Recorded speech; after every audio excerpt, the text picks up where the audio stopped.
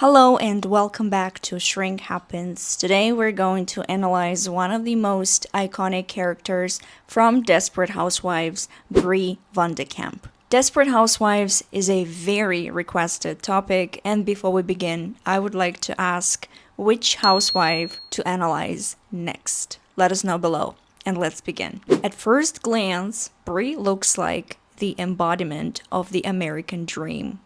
A beautiful suburban home, a successful husband, 2 children, and a beautifully maintained life behind flawless curtains. But as soon as she would walk into a therapy room, we would want to look past that perfect picture, because behind it there is loneliness, betrayal, and a deep struggle with her inner demons. From a psychological perspective, Desperate Housewives is a much more than just a drama series. Yes, the stories are exaggerated and hyperbolic, but that's exactly why they touch us so deeply. In their struggles, we often recognize something of ourselves. And Bree is a striking example of how childhood experiences shape us into partners, parents, and adults we become. Bree from the outside is a pure perfection. She's just perfect. There's a saying, when you have a crush, you simply don't have enough information. In this context, it's not about the crush itself. It's about people in our lives that we admire and maybe people that we follow online. Often we only see the polished surface, and that's never the whole story. Today, our feeds online are full of perfect morning routines, perfect makeup, perfect bodies, perfect angles, perfect mothers, etc. But there's always a price behind that perfection. So today, my dear viewers, I invite you to look past that perfect surface. Not just at first layer of someone's perfection, but at what it took to create it and what's happening behind the scenes. That's the journey we're going to take together today using Bree's life as an example. Peeling back the layers, seeing her real struggles, and understanding the human being behind the perfect facade. Bree is a hyperbolic example that behind that perfect facade, there is often the ugly side. Loneliness, control, alcohol abuse, and the pain of being unseen, even by the closest people in her life. So let's imagine Bree in front of a therapist. She tells us that she grew up in a respectable, good family. Unlike Susan, Lynette, or Gabrielle, her childhood looked very stable and traditional. But as we go deeper, Bree begins to reveal emotional coldness at the core of her upbringing. In her home, showing feelings was considered a weakness. Her mother warned her early on that expressing her emotions would only make her an easy target. And if I were her therapist, I might gently reflect and say, Bree, it sounds like from the very early age, you learned that safety meant control and that emotions were dangerous. I wonder what it feels like even now to sit with your own feelings. Do they still feel unsafe? And here are some self-reflection questions for you, dear viewer. How did your childhood shape the way you handle emotions today? Are there patterns from your family that you find yourself repeating? What messages about emotions or control did you get growing up? Bree might also share a very defining memory. After her mother's car accident, she was left alone with a pool of blood on the road. She cleaned it, and at that moment, she felt relief. That's how her lifelong obsession with cleaning and order began. Not just as a habit, but as a survival strategy. There's another powerful moment that captures Bree's inner world. When she received a phone call that her husband, Rex, had passed away, her first reaction wasn't shock or grief.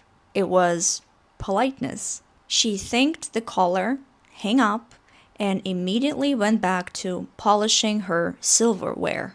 Only much later, she finally sat down at the kitchen table and allowed herself to cry. What does this tell us? For Bree, emotions were never allowed to flow directly. They had to be delayed, contained, and dressed in control. Her first instinct in the face of unbearable pain was to retreat into a ritual, the repetitive act of polishing and trying to restore order to the world that just fallen apart. The silverware was just her shield against the chaos inside. But the grief doesn't disappear just because you delay it.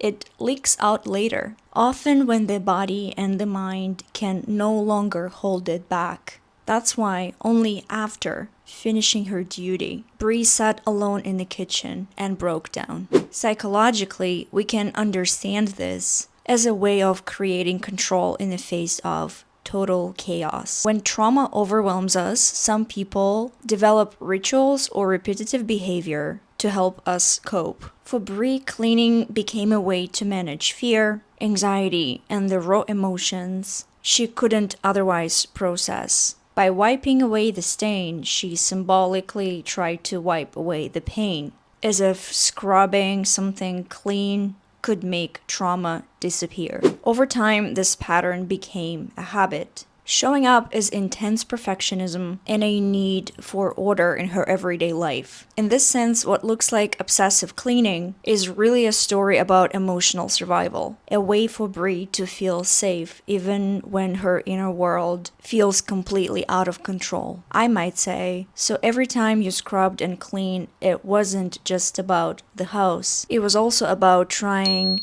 to make unbearable feelings disappear. Do you notice how much of your life has been spent hiding the emotions instead of allowing them? This perfectionism, of course, carried in her family life. She raised her children with the same mask of flawlessness, leaving no space for them to be real. And when children can't be real, they often rebel, acting out the very emotions their parents suppress. Andrew is gay, and initially Bree struggles to accept him. Andrew often challenges her authority by lying, scheming, and manipulating situations to get what he wants, as a way to test boundaries and assert independence. And Danielle pushes against Bree's strict rules around chores, etiquette, and behavior. Her rebellion is mostly about claiming her own space and autonomy. Bree's children mirror the emotions that she has suppressed in herself: curiosity, impulsivity, desire for connection, and emotional expression. Their rebellion is a natural response to Bree's perfection, a pushback against a household where mistakes and emotions are heavily controlled or punished. Her husband, too, could not show his true self. He hid his sexuality out of fear of being rejected, a fear that tragically came true. If Bree shared this with me, I might respond with, "It seems like everyone in your family had to wear a mask. I wonder what it would be like for you, even if just for a moment you could take your mask off. What feelings might we see?" And here are some self-reflection questions for you. Do you ever feel the need of keeping everything perfect in your life? What parts of yourself do you hide from others to maintain a certain image? How does control help you feel safe, and what it might be costing you? Right at the beginning of the series, there's a very powerful scene. Bree and her family are in a restaurant when her husband suddenly tells her that he wants a divorce. Bree doesn't argue, doesn't show emotions. Instead, she calmly offers to go and get him a salad. Later, she mistakenly puts onions into the salad, forgetting that Rex is allergic. On the surface, it looks like a simple accident. But from a psychological perspective, moments like this can reveal what's happening beneath the surface. And sometimes when emotions are pushed down for too long, they find another way out through slips, mistakes, or actions that bypass our conscious control. Was Bree's mistake truly an accident? Or was it her unconscious trying to find a way to express the anger and the pain that she could never show directly. Bree also carried her mother's legacy of sacrifice. Her mother gave her life to the family, only to later feel betrayed by her husband's lack of love, and Bree repeated the pattern. She sacrificed herself for her marriage. But when Rex left a final note, forgiving her because he thought that she poisoned him, something broke inside her. For the first time, her mask of control cracked, and we saw her raw pain. I might tell her, "You gave everything, but your husband never truly knew real you."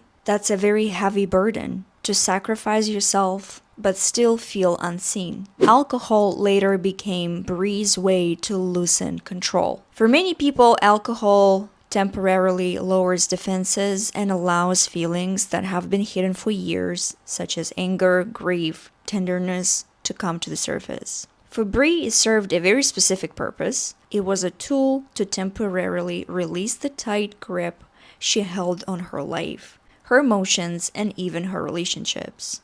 Because she grew up in an emotionally restrictive environment, Bree never learned how to process her own feelings. She struggled to understand what she was experiencing, let alone what other people around her really needed. Her husband, her son, and her daughter, all of them lived in the shadow of her perfection. And Bree often didn't have the emotional tools to truly connect to them. And alcohol gave her a brief break from that constant internal control, only if just for a moment. But at the same time, it highlighted the depth of her struggle. The very coping mechanisms that brought temporary relief also reflected the long-standing difficulty she had in feeling, expressing, and regulating her emotions in a healthier ways. In other words, her drinking was not about indulgence at all. It was trying to survive emotionally in a life where being vulnerable had always felt unsafe. And the question for you, how do you cope when life feels overwhelming? Are these strategies helping, or are they hiding a deeper issue? Are there behaviors that you rely on to avoid difficult emotions?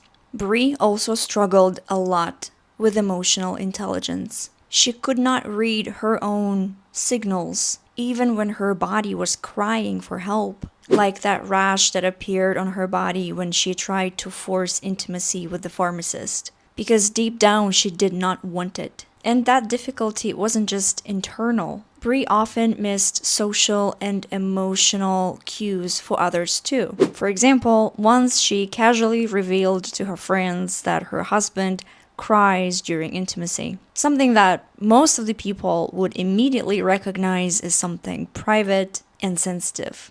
And another thing I want to say about the pharmacist, he wasn't just a bad match. He was manipulative, even psychopathic in the way he infiltrated her life. When you watch the show, you might wonder, how could Bree not notice that something was wrong? And the answer is, she was not in touch with her body. She lived almost entirely in her head, in the world of facts, rules, and appearances. But the body never lies. Bree's rash was her body screaming, "This is not safe. This man is not safe. This is not right." And yet she ignored it. She not only continued what she didn't want to do, but later even agreed to marry the guy because on paper, it looked like the right thing. As her therapist, I might pause here with her and gently reflect. Your body is speaking to you when words fail.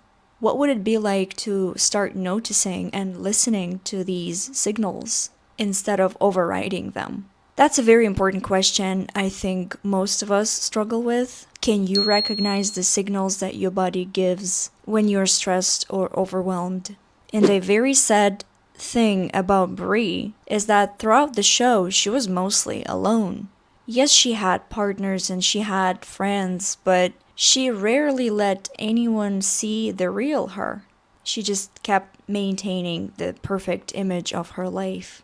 Yet, her transformation over the series is undeniable. Going through a crisis after crisis, she slowly learned how to connect with herself. By the end, her relationship with her children improved. She accepted them for who they were, and not just as extensions of her idealized self. She begins to confront pain instead of trying to polish it away. She learned to see her children as independent individuals, and she gradually builds relationships based on honesty rather than sacrifice. And in the end, Bree's story is not about perfection. It's about survival, self-discovery, and deep transformation. And maybe you, the viewer, recognize something of yourself in Bree. Maybe the tendency to hide your emotions, or to keep everything under control, or to sacrifice yourself for the image of the perfect life. And in that case, her story can serve as an invitation. An invitation to pause and notice your own emotions, to listen to your body, to allow yourself to be seen, imperfectly, but honestly. Because transformation doesn't mean reaching perfection. It means learning to survive, to feel, and to connect with yourself and others on a deeper and more authentic level.